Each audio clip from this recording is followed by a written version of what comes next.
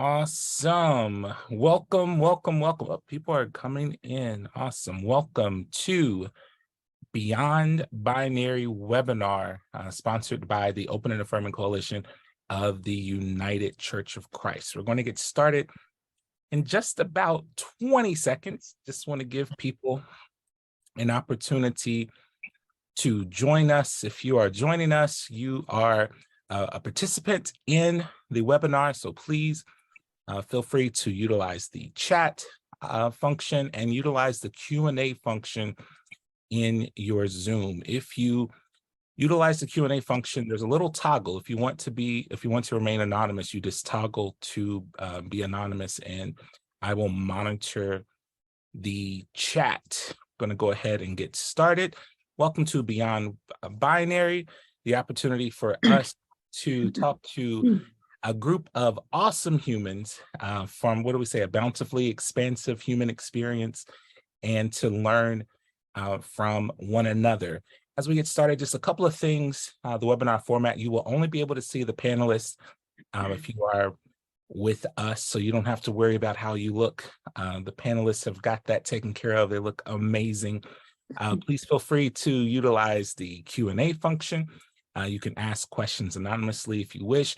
If you want to use the chat just to let us know who you are, where you're from, if you're a church or anything like that, you can go ahead and put that in the chat, knowing that everyone can see it.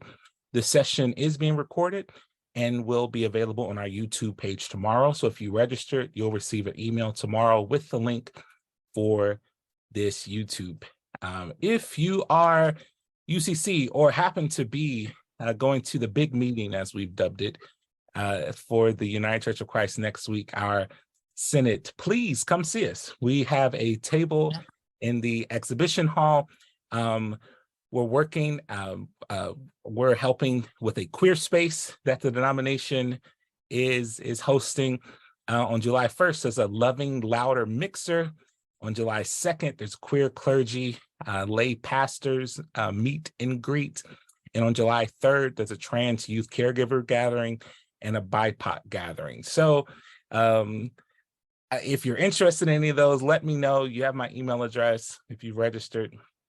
And if you're at Synod, look out for some of those activities that are taking place. Lastly, we've started a podcast, and it's pretty awesome, if I do say so myself. It's an opportunity to hear inspiring stories, people, places, and things concerning the LGBTQIA SGL community. You can find it on YouTube, Apple Podcasts, Spotify, Google. We would love, if you want to serve as a sponsor or anything, you can let me know. And please feel free to make a donation to our ministry. We use those funds to do stuff like this, to create opportunities for engagement and learning and support. And so thank you all so much. This time I am going to stop sharing, and we are going to turn it over to our illustrious moderator for the evening, the Reverend Mac Kneebone. Reverend Mac, take it away. I gotta unmute myself first. So good evening, everybody. He used the word illustrious, and I'm going to use it later. So, thanks for that. Good evening. Tonight we are talking about what it means to be a bountifully expansive human, and to celebrate what it means to be a glorious human created in the image of the divine. So I am, as he said, the Reverend Mac Kneebone. I've been on the leadership team since 2012 of the Open and I'm currently the associate pastor of Portage United Church of Christ in Portage, Michigan. Shout out to them. And I'm delighted to be the moderator for our illustrious panel this evening. So let me introduce you to them. We have, and I'm just going to offer their short bios, and then I'm going to ask them to speak. Rachel Ward is a queer trans, if you want to wave, queer trans non-binary human who cares deeply about intersectional work that creates space, collaborative humanity, and practices of freedom for transformation. As an authorized lay minister, Rachel serves as the team leader and minister of gender and sexuality justice ministries for the United Church of Christ. Welcome, and thank you for being here, Rachel. Frenchie Davis is a world-renowned vocalist and college professor from Los Angeles, California. She is a graduate of Howard University, and her theatrical credits include the Broadway cast of Rent, Dreamgirls, Cinderella, Enchanted, Jesus Christ Superstar, the Color Purple musical, and the national tour of Ain't Misbehavin', for which she earned a Grammy nomination. She was also a featured performer on Wanda Sykes' Hilarious, and she has done voiceover work for the hit Nickelodeon cartoon Wonder Pets. All of this while being an outspoken advocate for Black, Brown, and LGBTQIA+ communities. Welcome, Frenchie. Thank you for being here. Adie Boyton II is a queer Black Southern writer, poet, and cultural critic working and living in Kansas. Boyton's poetry and prose often focuses on experiences at the intersection of Blackness, queerness, and the supernatural. So thank you for being here. Appreciate that. Austin Hart is the author of Transforming the Bibles and the Lives of Transgender Christians, a book on theology and personal narratives. He is the founder and executive director of Transmission Ministry Collective, an online community dedicated to the spiritual care, faith formation, and leadership potential of transgender and gender expansive Christians. Austin is a graduate of Luther Seminary's Master of Arts program, and as a transgender person of faith, Austin's greatest passion is helping other trans and gender expansive people see themselves in Scripture. Thank you for being here. Our other panelist, Reverend R.J. Robles, was planning on being here, but is ill. So let's hold R.J. in prayer and in our hearts as we move forward this evening. Hopefully, we will hear from him another time on another panel in another space, etc., etc. So now, to get to know you a little bit in a fun way, I want to ask you, what I'm wondering about is if you collect or create anything that brings you joy. For instance, I like to make art out of found objects.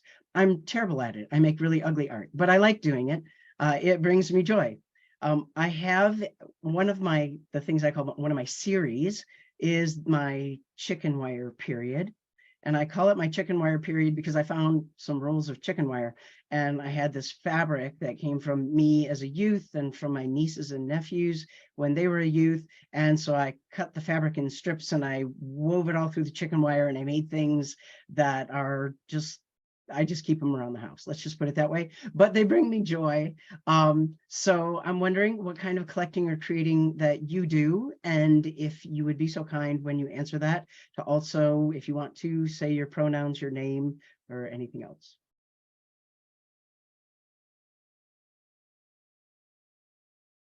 Everybody's muted right now. Do we just jump in? Just jump in. Yeah, absolutely. Hey, Frenchie, she, her, they. Proud bisexual woman, and I love collecting Black art. That is my thing, supporting Black artists. I just love especially like canvas art and vintage Black and white photography. I've collected so many Black and white photographs. Like I have this great photo of Nina Simone with Red Fox and Pearl Bailey singing on top of a piano, Nat King Cole playing the piano, Cab Calloway standing behind her. Like I just love collecting vintage Black and white photography, particularly of Black queer women in jazz music. Josephine Baker, Billie Holiday, you know. Fabulous. Yeah. Sounds fabulous. Thank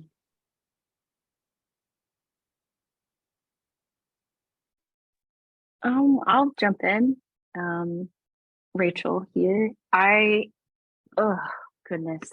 Picking one thing is always so hard for the neurodivergent in me. There's just so many things to love, right? I want to be careful about collector because I don't collect anyone's stories, but I care so much about narrative. So one of the things that I'm really proud of, that if you're in the Atlanta area until October, you still have a chance to see this. It's a oral history project called the Atlanta LGBTQI History Project, and it is outside of the Center for Civil and Human Rights, so it's free. So anyone can see these photos, glorious, beautiful photos taken by other queer folk. scan a QR code, hear that person talking to you. And there's a podcast called Out Down South. I love podcasts, but I'm sharing this piece to say that I love to be a facilitator of being able to learn about people's narratives, because I think that that is the key to liberative moments that get us to the practice of getting free. So I would answer that. That's what comes to mind for me right now. That's beautiful. Thank you so much. I've realized I don't often use the word collect. I have realized that, but I have a lot of books. Just a lot of books. Some of that is because of my profession, but even as a little boy, I've always have just loved libraries and just being in a book. So now I'm actually looking. I actually have like 3 or 4 bookshelves. One of them's like to the ceiling, and mostly Black books. yes, and I don't throw away books. It's awful. So like, yeah, like I'm the same way. Yeah. I Like, cannot throw books can't. away. Yeah. Yeah. And I feel like maybe it's because like our ancestors weren't allowed to. I think it's like Exactly. it might be ancestral and like in our DNA, we may not know it. Like our ancestors weren't allowed to read, you Most know? definitely. Yeah, Most because I don't like throwaway books either. Yeah, no. No, I have nearly every copy of anything that Toni Morrison has written, Octavia Butler, Jesmyn Ward. If you are a friend of mine, you've written a book, I probably have it and it's probably signed. So yeah, it's just like that. That is actually, I've realized the word collect actually might be a bit too apropos. Maybe I don't know. I'll have to think about that. Well, that's beautiful. Thank you so much. Yeah, I was going to say the same thing, Anthony, you said about books. Books, I think, probably is my thing too, as evidence behind me, where I've like run out of place to put them, so now they're just sort of like surrounding me. But I think the other thing that's sort of a, not really related to any of what we're talking about here, but when I was a kid, I wasn't allowed to have video games. And so my first thing, like one of the first things I bought with my own money that I saved up was like an old Game Boy, which is like one of the first handheld things. And I was allowed to have that for some reason. That was like allowed, even though I couldn't have any other video games. And so I've started getting old Game Boys off of like eBay and taking them apart and fixing them. And like I get old ones that are broke, and I bought like a little soldering gun so I can like fix the circuits and stuff. And so that's kind of my, like, if I want to just go and fiddle and tinker with something, that's one of the things that I do. Oh, that's fun. That's very cool. So thank you all for sharing these little quirky things about ourselves. We're going to start right out with a very serious questions where we get to know each other, and so that the folks who are experiencing this with us can revel in the gloriousness of our expansion and our humanness. So the first question, what pivotal experience helped you to love yourself in the fullness of your gender identity and expression? What pivotal experience helped you to love yourself in the fullness of your gender identity expression? And, if there's any of these questions that you want to pass on, I've got 5 questions. We've got an hour that we're doing, so 45 minutes left. So, don't feel like you have to be pressured to answer something that you don't have something to come up with, but also we want to hear from everybody that has something that they want to say. I'll go. Okay. My pivotal experience was probably a conversation with another Black woman who I admire so much. You guys probably know her work, the actress Jennifer Lewis. I had an amazing conversation with her once. I was feeling really discouraged the day that I had this conversation with her, just frustrated with navigating my career in this industry as a queer, fat Black woman, and just feeling really frustrated. And I remember she said to me, she said, "Who would you compare me to in this business?" And I'm like, "Compare you to?" I'm like, "Well, there are other people who sing, act, and dance, but as far as like a whole person, there's nobody like you." And she said, "Yeah, and she said, "And I don't have an Emmy, an Oscar, a Grammy, a Tony, none of that shit. But people love me because of my ability to sustain in this business by being my authentic self. And it may not always seem like it, baby girl, but people love you for the same reason.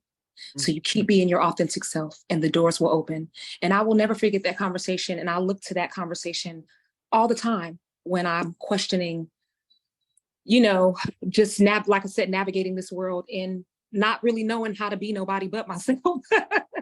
And sometimes the world is not always affirming or welcoming of queer fat Black girls. You know, when I started my career, we didn't have a Lizzo, you know, that was me, you know, and so that conversation was transformative for me. And I think back on it often. And that was a moment for me where it just really clicked for me that I'm enough in the fullness of my authentic self, and that the doors that are supposed to open for me will open because I am my authentic self, you know? And so that was a big moment for me. Oh, that's pivotal indeed. Yeah. Yeah. Thank you. Wow. Yeah.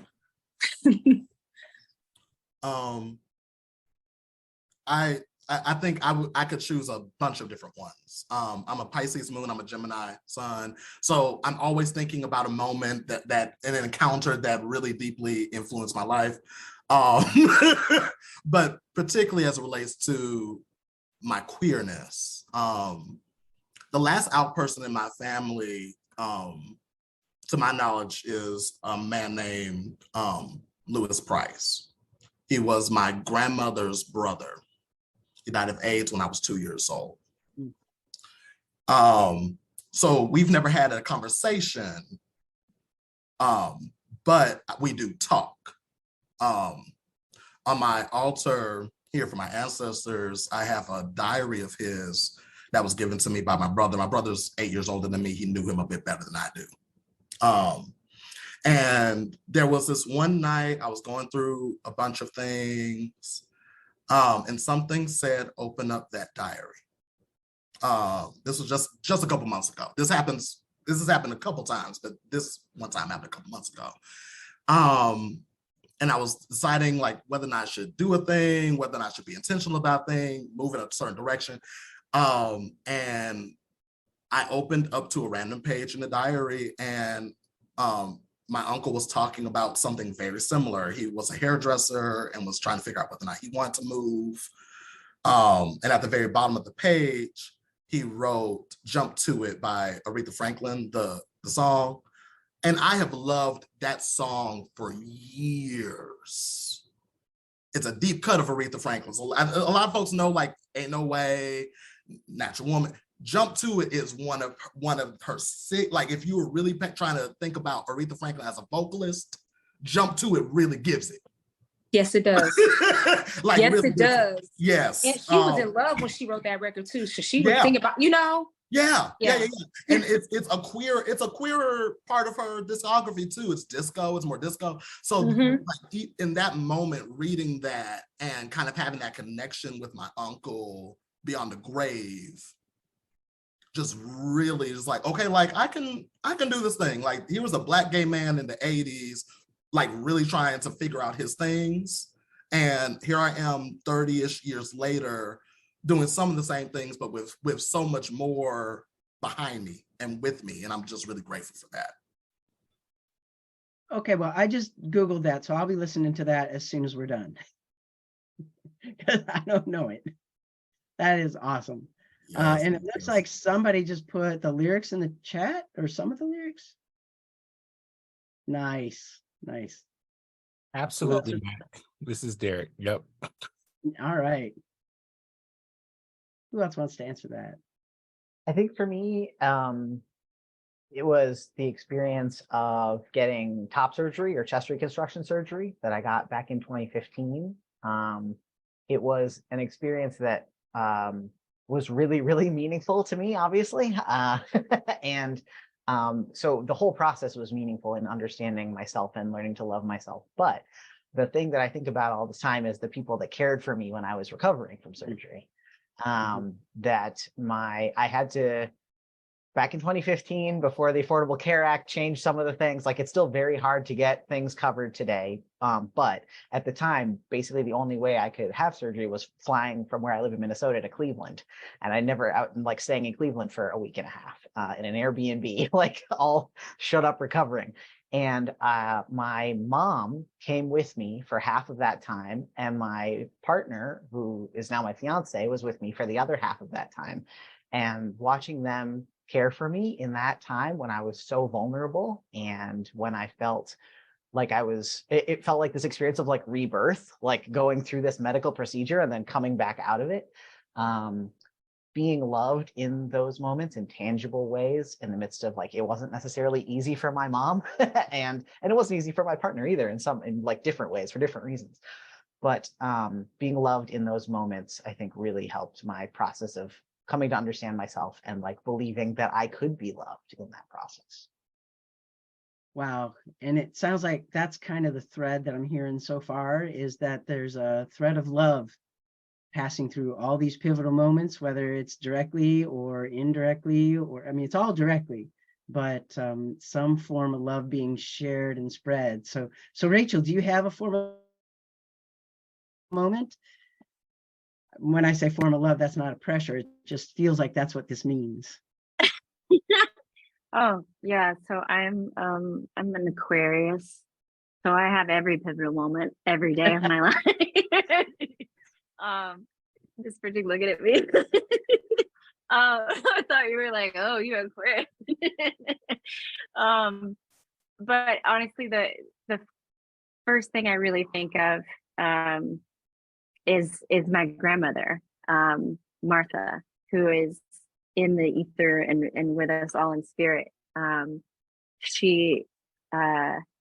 had a very like troubled relationship with my family. I'm from a very small rural town at the bottom of the state of Georgia with like 2 traffic lights. And I was raised predominantly Southern Baptist for a very long time. And this is like, before like internet and things that you could get. So I had no language. And I was just told to like not come out to my grandparents. The narrative is like, oh, it would kill them if you did this, that kind of thing. And it's amazing how long you'll carry a narrative, even when you've come out and you're very out and you do the work, it still sits with you.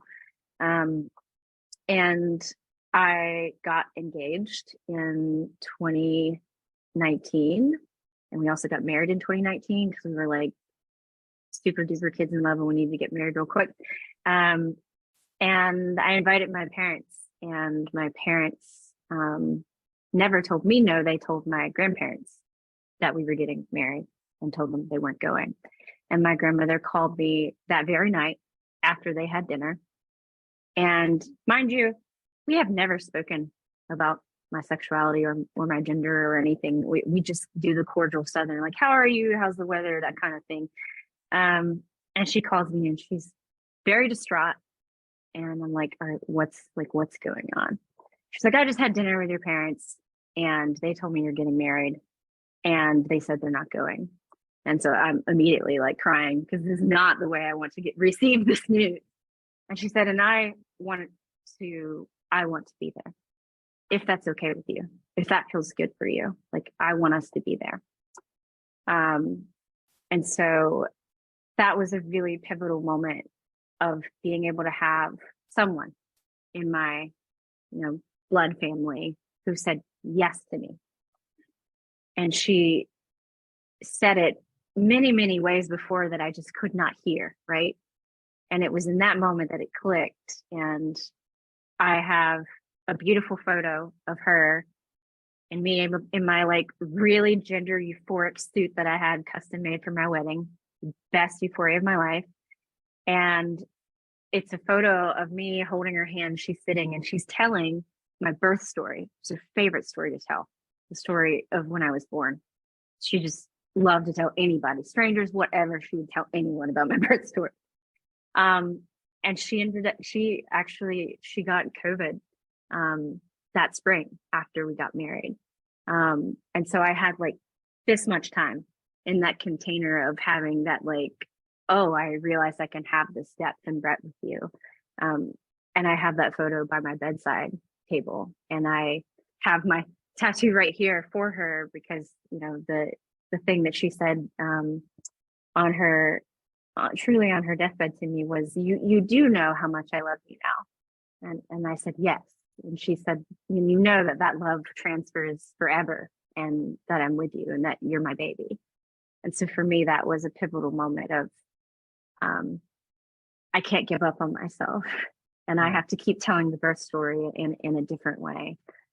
So I think of Martha, and I send Martha's love and energy to anyone who hasn't been told that, that we want you here, I want you here, and that you're very, very loved.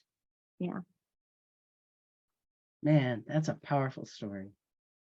Thank you, all of you, for sharing, you know, all of your vulnerability in that way.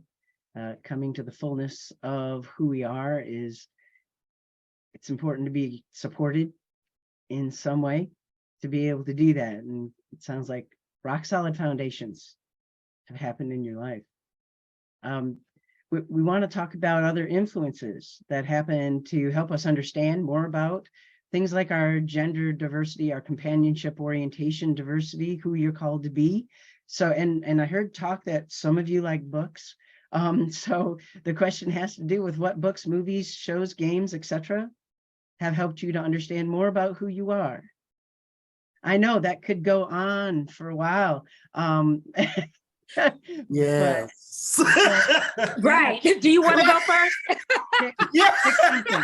Do you want to go or should I go? I'll go because I'll be here forever. Especially as someone, like, I study pop culture too. So there are ways that in my personal life, I'll remember, oh wow, like I remember, like, for example, I remember watching Toni Braxton's He Wasn't Man Enough for Me as a 10-ish-year-old boy, and thinking, oh my God, like, not only am I into like the scandal that is playing out in the music video, but also I was like kind of sort of attracted to Toni Braxton, which was not really heard of. Most boys my age were attracted to like Halle Berry, Beyonce. But here's this very androgynous sounding human being on our screen, but also very beautiful. And lack of better words, kind of queer, right? Like the entire thing is kind of queer. But not only was I kind of sort of attracted to her, I was also attracted to the guy that was in the video. But then also I kind of wanted to be Toni Braxton too at the same time, but then also maybe be the guy too. But then I knew that the guy was like shitty and shady. So moments like that have happened to me across my life, where I've been watching a movie or I've been watching a music video and I'm like, oh wow, like I actually get this experience despite this person might not necessarily look exactly like me, despite this person may not necessarily have the exact similar like gender presentation or even sexuality, but because of the ways that my pansexual, non-binary situation shows up, I was able to connect to those situations and those characters. Very cool.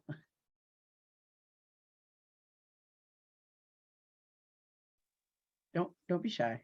Oh, okay. So as far as visuals are concerned, I remember when Janet Jackson kissed Tupac in Poetic Justice, I knew I was bisexual.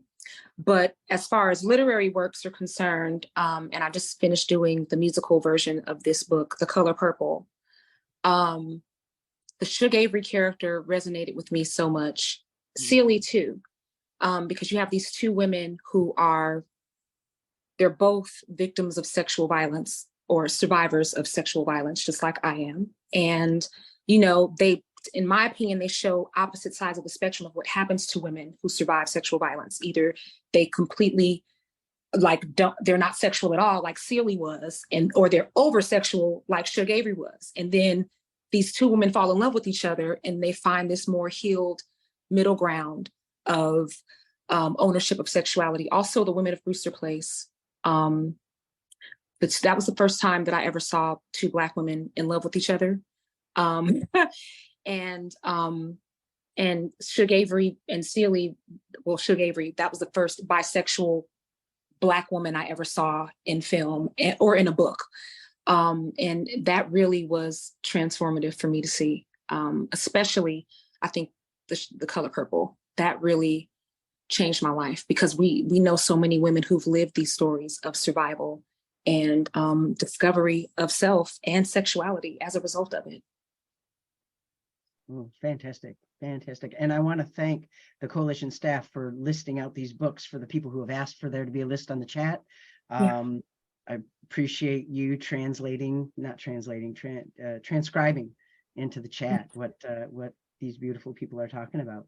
Who else has something to share? I think for me, basically any story that I read growing up where you have a situation where like a girl and a boy switch places and end up like living each other's lives. Basically any story like that. I was like, okay, something's going on here. So, I mean, like, oh, what the heck is her name? I've just completely lost her name. She wrote this book called The Song of the Lioness that was like essentially like this girl takes her brother's place and grows up to like train to be a knight in this place where they're, you know, like girls aren't allowed, right? And so like she learns to be a knight, and it was like great. And I remember reading it and thinking like, I know this isn't quite me, because this character still very much feels like a girl and I understands. Thank you, Tamara Pierce. Thank you. That's the author. Yeah, so like this character still very much understands herself as a girl, even though she's presenting as a boy. And I was like, okay, that's not quite what I'm experiencing, but it was close enough with the sense of secrecy of like, if anybody finds out about me, I'm in trouble. So like that kind of thing, I think. So I think of that. I think of like, my grandma was super into musicals, and she used to show us the musical version of Peter Pan with what it was the actress's name who played Peter Pan. She was like famous for playing Peter Pan, and I can't remember the actor. Julie Andrews? No, it was I'm never gonna remember her name now. This is gonna bother me. Somebody will look it up. They'll tell us. Yeah, somebody will tell us who this person is. Martin was her last name, but I can't remember her first name. You're right. But yeah, so Mary Martin. There we go. Thank you, Kathy. Julie Andrews was in Victor Victoria, which was a similar thing. Also very important. I remember that. I love me some Julie Andrews. Yep, absolutely. Yes. So I remember watching Mary Martin playing Peter Pan and being like, okay, I know this is like an adult woman playing like a young boy as a character, but I don't know, there was something in that really resonated with me too. So all of those kind of stories, all the sort of like 12th night switching stories, loved it. Yeah, I'll piggyback on that with the Shakespeare. As I started to explore Shakespeare, I'm like, there's something to that. There's something to that. It's not quite me, but there's something to that. I want to explore that more. All right, who else? Who is left? Rachel? Speaking of Shakespeare, the musical that just got nominated for a bunch of Tonys, Fat Ham, it's basically a Black queer version of Hamlet. Ooh. So y'all, you guys should. Yeah, I'll have to check that out. Yeah, it's good. It's good. Yeah, Nice. I've written it down. Yeah, I think Shakespeare was it for me too. I was really into poetry at a very young age. I love writing and reading, and I love reading predominantly nonfiction because I like to read other people's stories. That makes sense, right?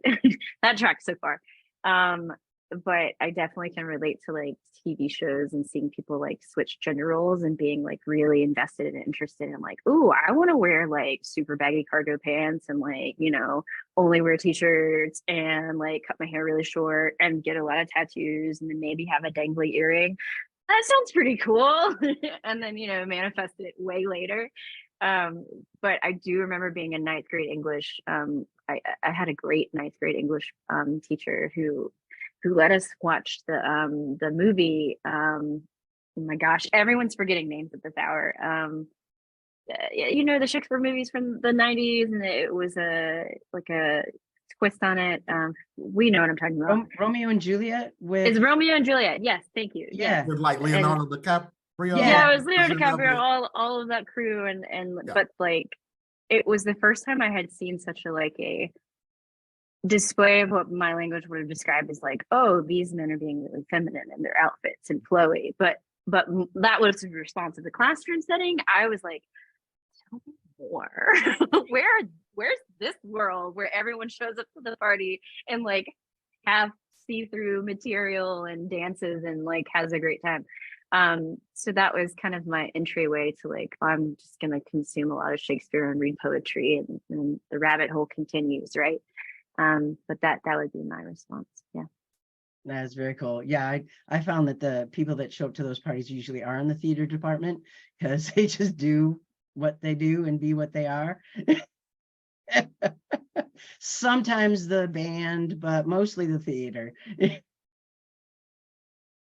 So the next question for us to explore is, how does a bountifully expansive gender identity, gender expression, companionship, orientation, expansiveness free us from our limitations of how we understand the divine? To me, this is like a super important question, not to put you under a lot of pressure, but this is the most important question.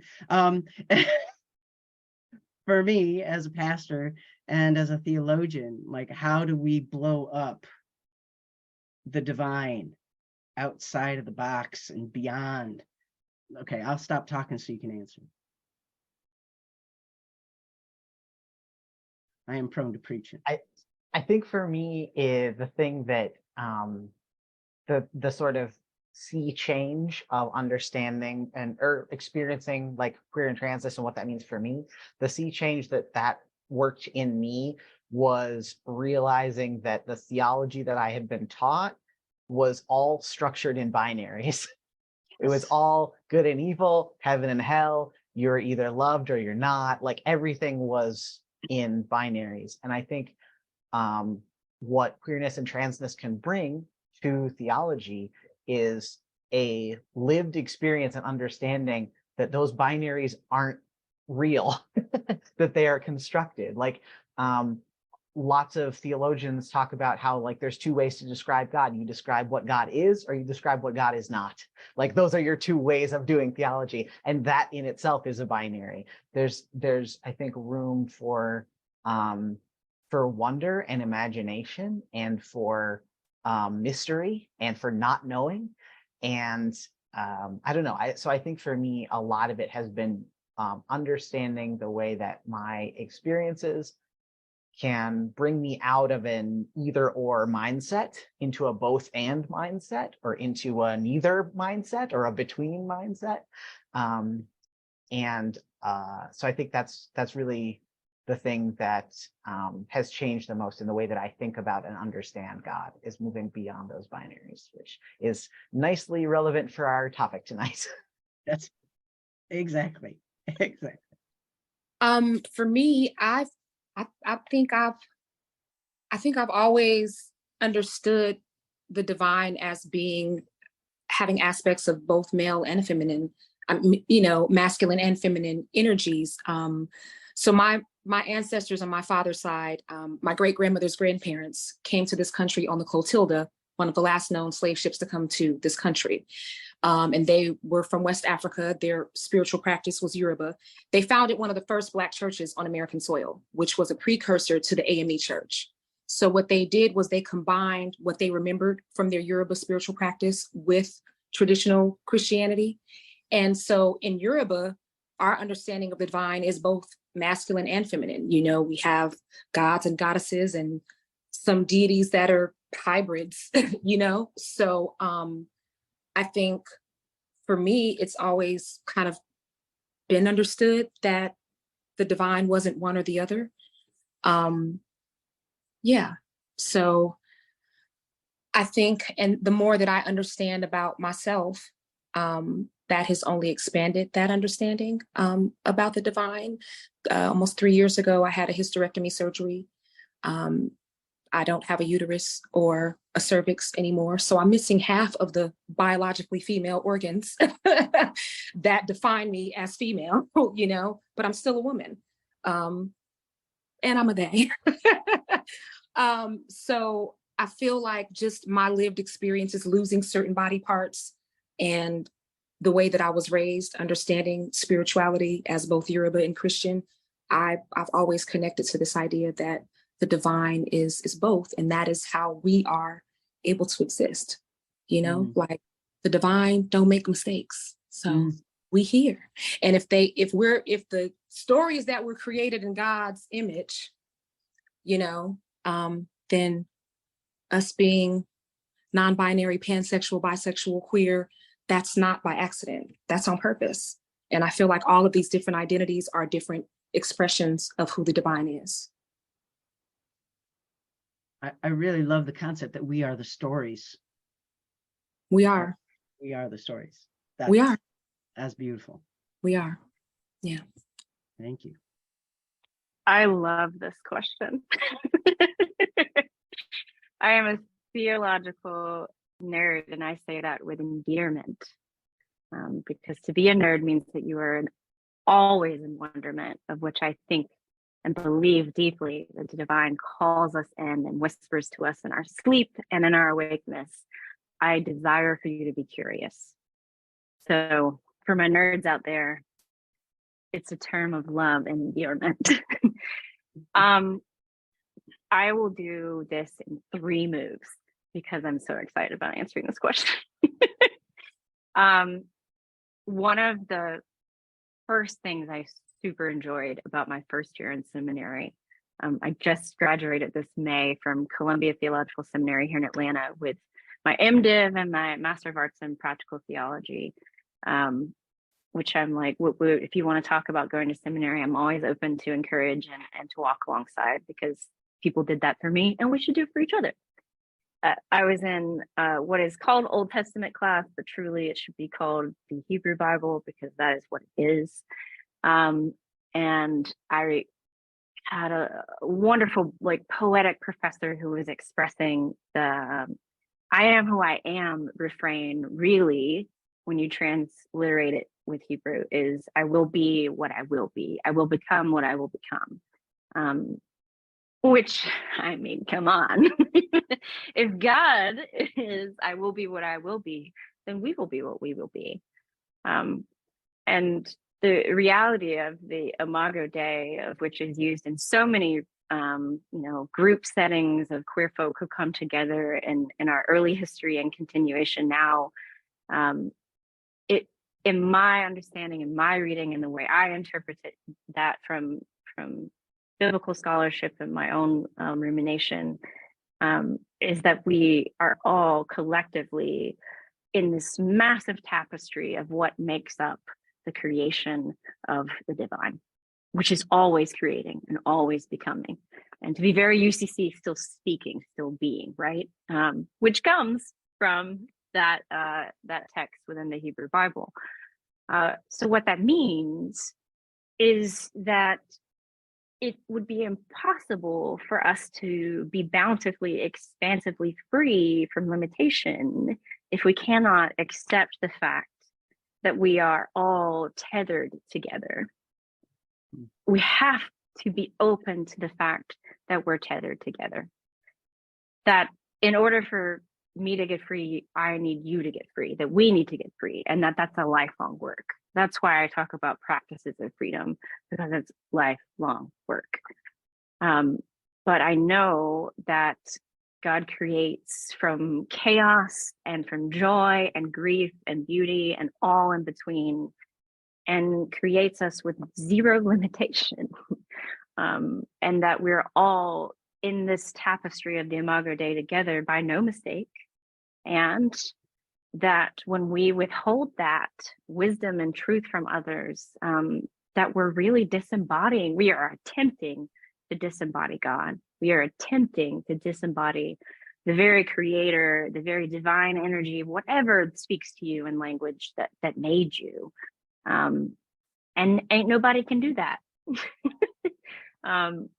You were always a yes, because you were a yes when the when was breathed into the Adam, which was a genderless being, what we call Adam today, just so we know that to be true.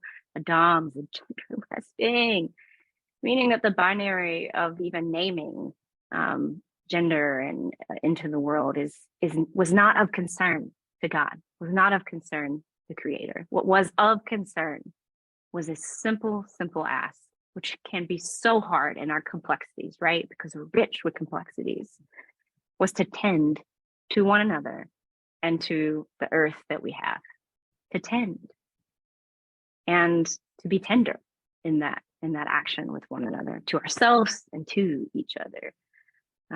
So the first step for me in expansiveness and removing limitation, which is everyday work, is what's tattooed on my hands, is to stay tender, is to remember that God literally tilled the soil and breathed into the Adam and made life. And that we get to choose every day when we wake up. Are we going to make new life? Are we going to let die what needs to die? Are we going to grieve what we need to grieve? And are we going to look in the mirror and remind ourselves that we were made uniquely for a purpose and for a time such as this? And that it gets to ellipses forever, because the Bible is a book made of lots and lots of stories with lots and lots of things to say. And also, we are the living text still writing that Bible. We are the instruments and the tools of tending and love and care.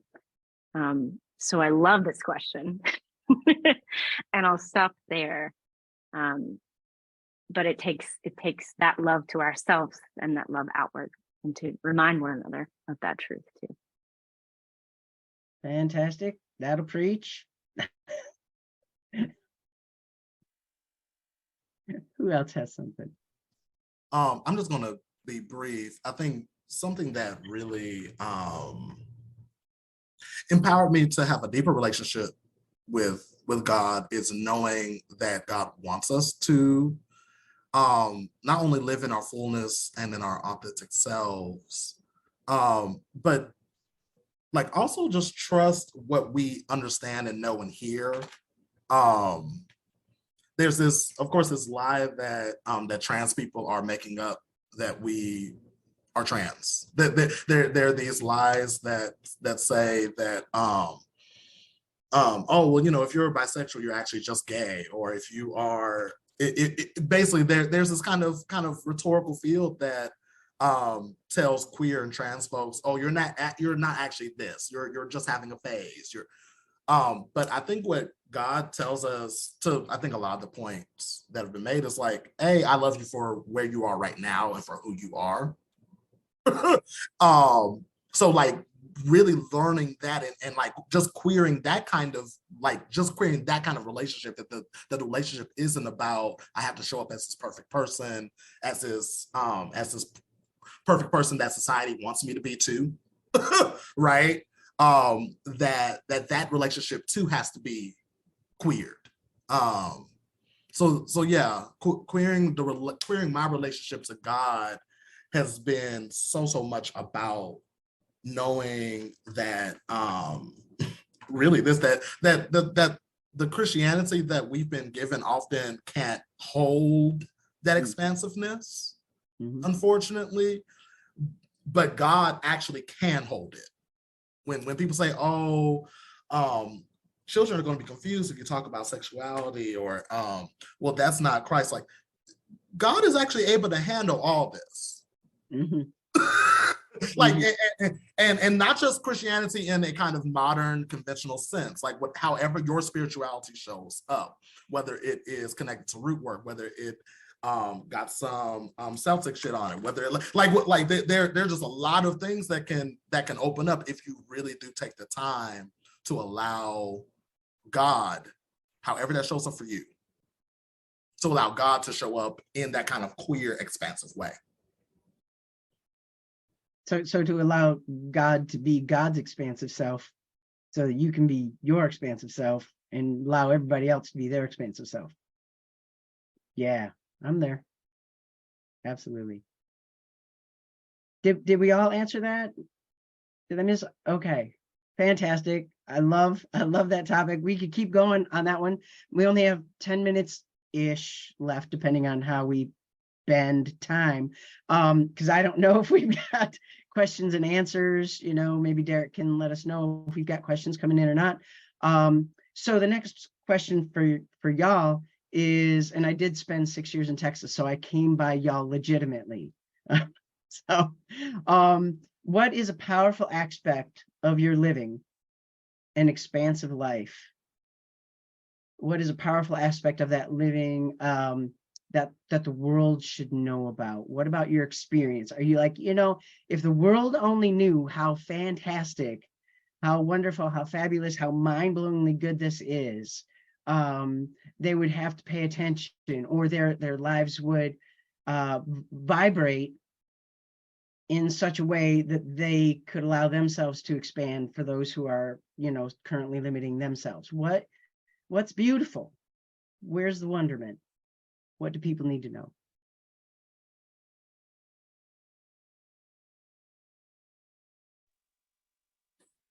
I often hear language that suggests that characteristics like being strong or independent or self-sufficient or asserting agency over oneself. I often hear language that suggests that those traits or characteristics are only masculine. And I feel like it takes away power from feminine people who are strong and independent and assert agency over themselves. Mm-hmm. And there's a lot of language surrounding, you know, women being in their masculine energy, et cetera. And it's like, who said that those characteristics are masculine? Who decided that? You know? And this whole idea that like femininity is weak or lesser than, you know, I can't tell you how many people assume that because I present as feminine that I'm binary or heterosexual. And, you know, it's like, it's expensive, like you said. And so I feel like it would empower all of us to maybe expand the traits that we associate with certain words, like strength and, you know, and even softness. Who says that men can't be soft? Who said that? You know? And so I just think that it would shift a lot in our society. It would shift how we love one another, how we love ourselves, if we remove some of those assumptions or, you know, the things that we associate with certain words. Yeah. Yeah, removing all those assumptions, those expectations. Yes. Yes. Like Yeah. men can be soft. Yeah. and women can be strong, and it doesn't make them any less of either. Mm-hmm. You know? Yeah. Thank you. Yes. Yeah, I think perhaps to that point, I think the power of words is something I've been really sitting with the last few days. On one level, because I'm a teacher, I teach English, I teach writing, but then two, because of the kind of political climate that we're in, we are literally witnessing a kind of assault on the words that we use to define the experiences that we have, especially if you're queer, especially if you're trans, especially if you're poor, especially if you're brown, especially if you're Black, especially if you're undocumented, especially if you're disabled, right? The list could go on. There's a way that those of us at the margins need language in order to express what we're moving through and what we're navigating, and what we're witnessing is literally oppressors wanting to redefine words, right? So I think to the point around language and around and really too around being better humans and being more ethical and standing in solidarity with folks who are at the margins, right? Like being more mindful about what your words mean at all times. And then two, being mindful of the ways that queerness would be a benefit to your life, even if you yourself are not queer. Even if you yourself are not queer, there are benefits to you queering the ways in which you live your life at all points. You are most likely going to be softer with yourself. You're most likely going to show yourself more grace.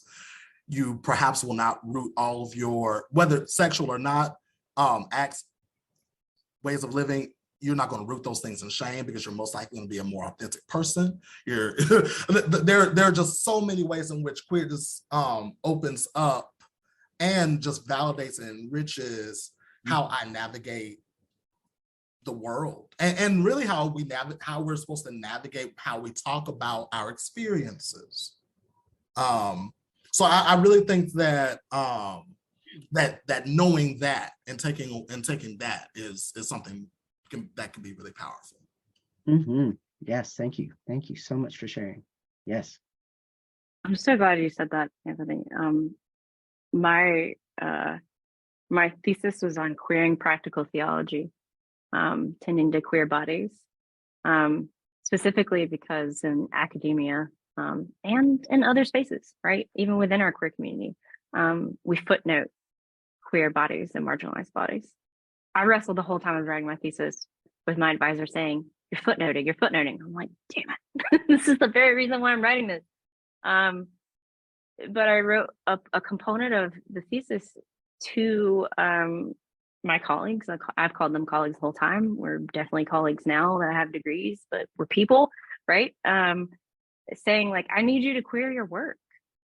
And I want you to queer your body and your mind and your spirit, because in queer theory and queer critique, like, it isn't just about sexuality and gender. It is truly about the expansive bountifulness of being able to flourish.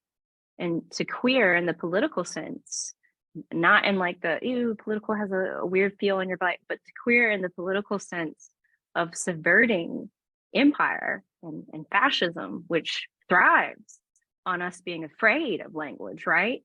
And when language is like starting to work out in our favor, then fascist people and fascist systems are like, oh, we gotta take up this word and we gotta change it. Yeah. Right. Exactly. And we're watching that happen. And some of us aren't watching. Some of us are rolling our sleeves. Some of us are cooking the meals for the people rolling the sleeves. Some of us are putting the water in eyeballs that are being sprayed with tear gas. Some of us have trauma and cannot be out in that mess. So we're donating.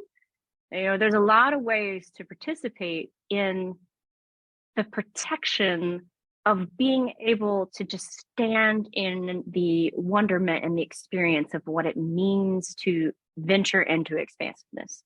And we're in a really bountiful, fertile soil moment of a lot of folks being like, how do I do that? So I really appreciate you, Anthony, naming that queer isn't just for queer. Like, there is an actual nature of subversion from queering what's around you.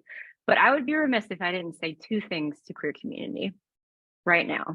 If you're queer or not, but I'm really speaking to queer people right now. You are not a problem to be solved. Period.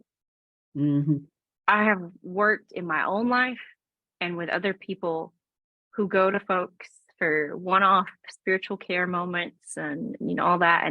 And the assumption within them is, I'm a problem to be solved. You are never a problem to be solved. And the other thing that I want to say is, we cannot co-opt the oppressor's systems and language in order to create care for ourselves.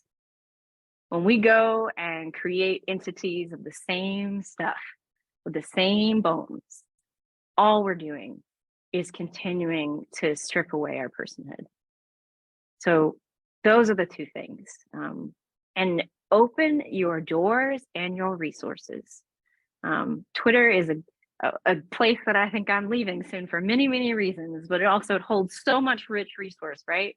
But I'm really tired of watching the joy be sucked away from trans and non-binary people, specifically Black and brown trans and non-binary people who have amazing things to offer this world. And white folks and this straight path take up a lot of space and take away from that. There is so much joy to go around, and there's so much to be heard and seen and felt.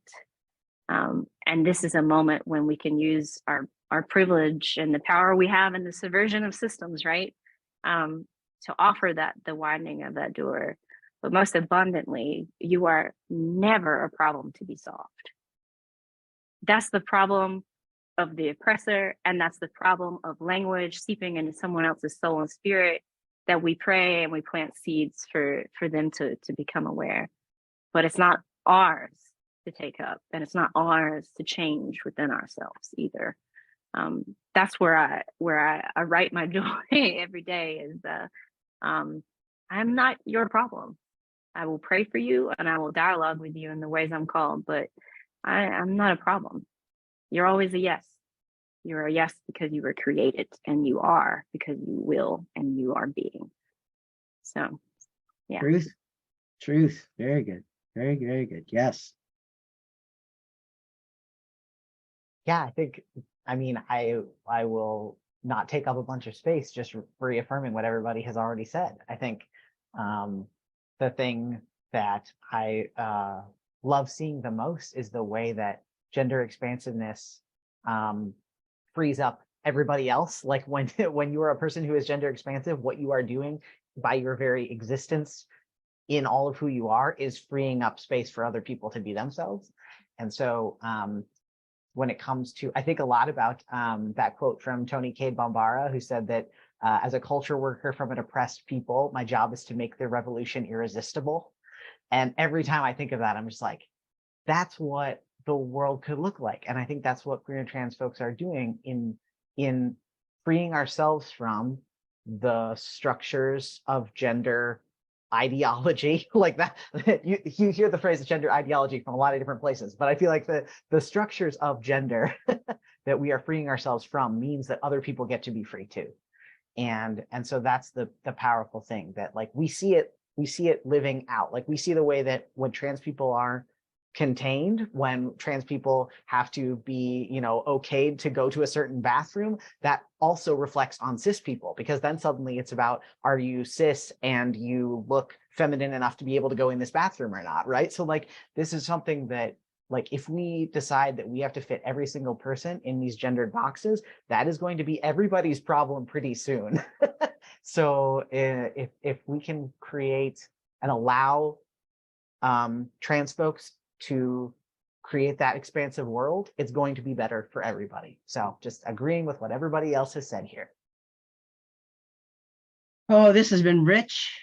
This has been inspiring and affirming. And I hope everybody else feels as full as I do. I'm having words and conversations and experiences rolling through my heart that connect with everything that y'all have said. And it means the world to me to know that we are not alone. We are not alone as humans. We're not alone as, we're part of nature. We are threaded together, woven into this beautiful tapestry that is outside the boxes of some kind of creative norm. So thank you for being you. Thank you for being beautiful. Thank you for speaking your truth. Do you have like a 1 minute last word that you want to share? No requirements again, but if you have it, we have time for like each of you to give just and one more thing, kind of a moment before we close. Oh, I don't see anybody unmuting. You've exhausted your. So I'll go first just because it was mentioned in the chat. Happy birthday to Octavia Butler. May she rest in peace. I think that there are, if you are wanting to expand out your life and queer your life, it very much starts, or it doesn't have to only start here, but it can definitely start with reading Octavia Butler's Parable of the Sower. If you are really wanting to queer your religious practice, if you're really wanting to do a deeper dive around what your spirituality can look like, Octavia Butler needs to be at the very top of your reading list. Yeah. Excellent.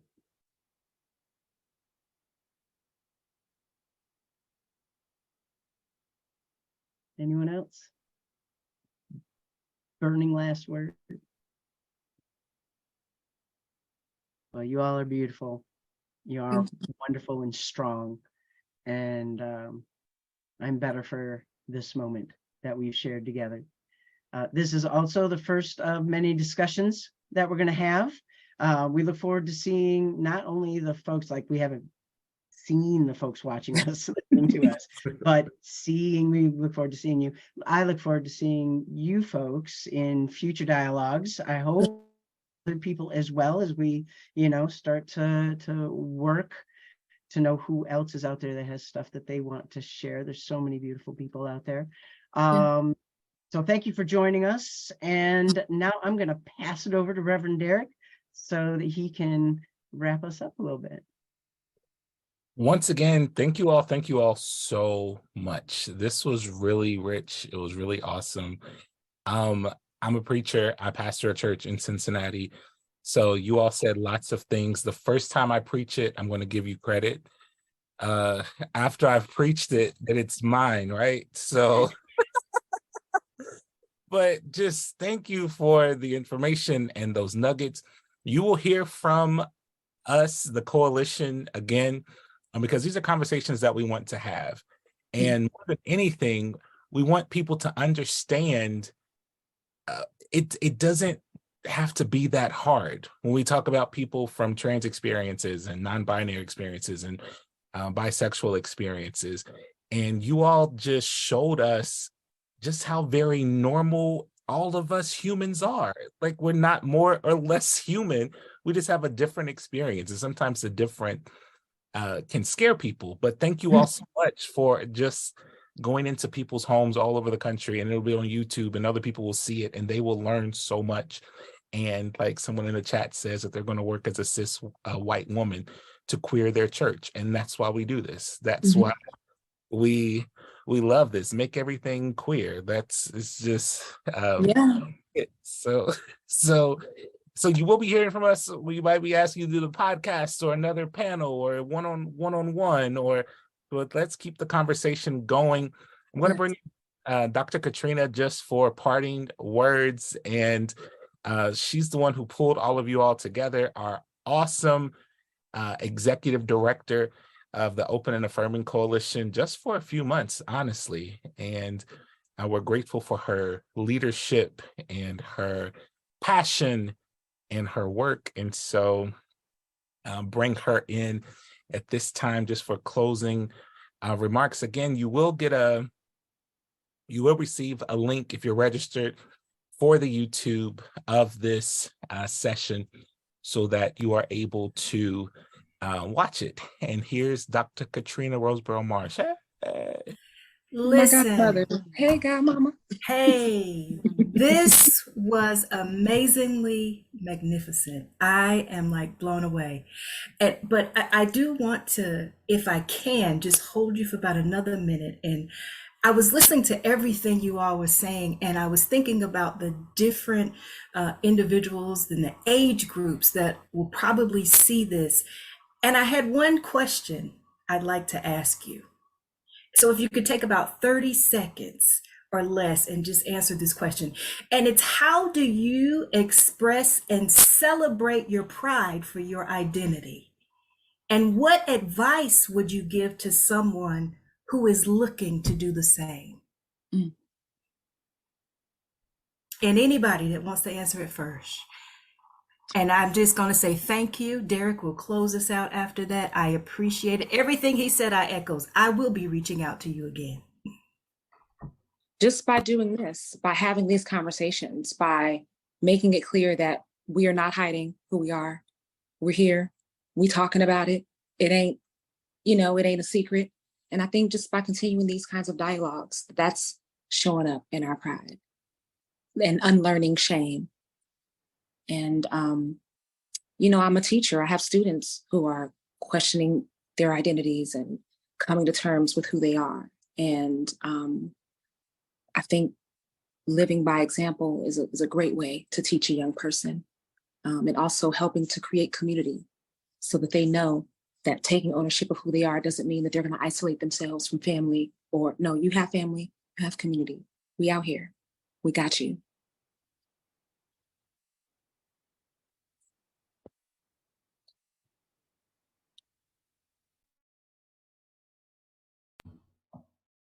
that's it. And as they say, let the church say amen and ashe. Amen. And so it is. So Derek. Amen. Amen. Thank you all so much. You will receive an email tomorrow with the link. And if you would like to save the chat, there's 3 little dots right under the chat on your computer, and you can click those 3 dots and say save chat, and it will save everything in there in your notes. And if there are any books or links or anything like that, I'll include those in the email that goes out. Take care. Thank you, Reverend Mac, for doing this and for the awesome questions. Thank you to Frenchie, Rachel, Austin, Anthony, Dr. Katrina, and RJ, who would have been here but didn't feel well. So let's just keep RJ lifted in light and love. And 3 dots are not there. I'll make sure I'll send you, Kathy, I'll send you the notes from the chat. If you're watching this and you're going to the UCC Synod in Indianapolis, please stop by the table, our table in the exhibition hall. We would love to see you and chat, and you can get some free queer stickers, pronoun pins, that kind of thing. Take care and God bless everyone. Have an awesome evening. Bye. Bye for now. Thanks, y'all.